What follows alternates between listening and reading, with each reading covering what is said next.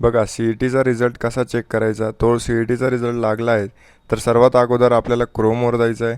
क्रोमवर गेल्यानंतर एक स्लाईड डेस्कटॉपवर ओपन होईल आपल्या. त्यानंतर आपल्याला तिथे टाईप करायचं आहे MST CET रिझल्ट.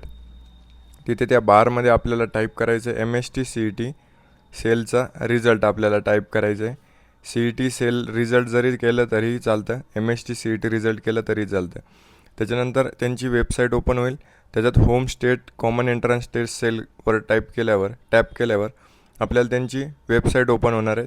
त्याच्यावरनं आपल्याला काय करायचं आहे की व्यवस्थितरित्या आपल्याला तिथे जायचं आहे की CET एक्झामिनेशन पोर्टल.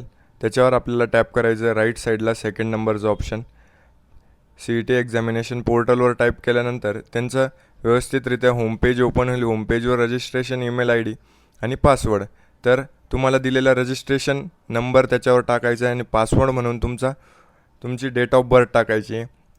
ती पण पहिले तुम्हाला डेट टाकावं लागेल, मग मंथ आणि मग इयर अशा पद्धतीने तुम्ही टाकायची आहे.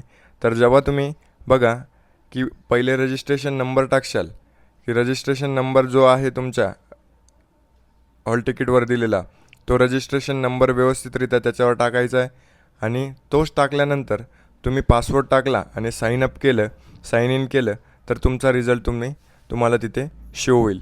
तर लवकरात लवकर आपला रिझल्ट बघा आणि मला कमेंट बॉक्समध्ये लवकरात लवकर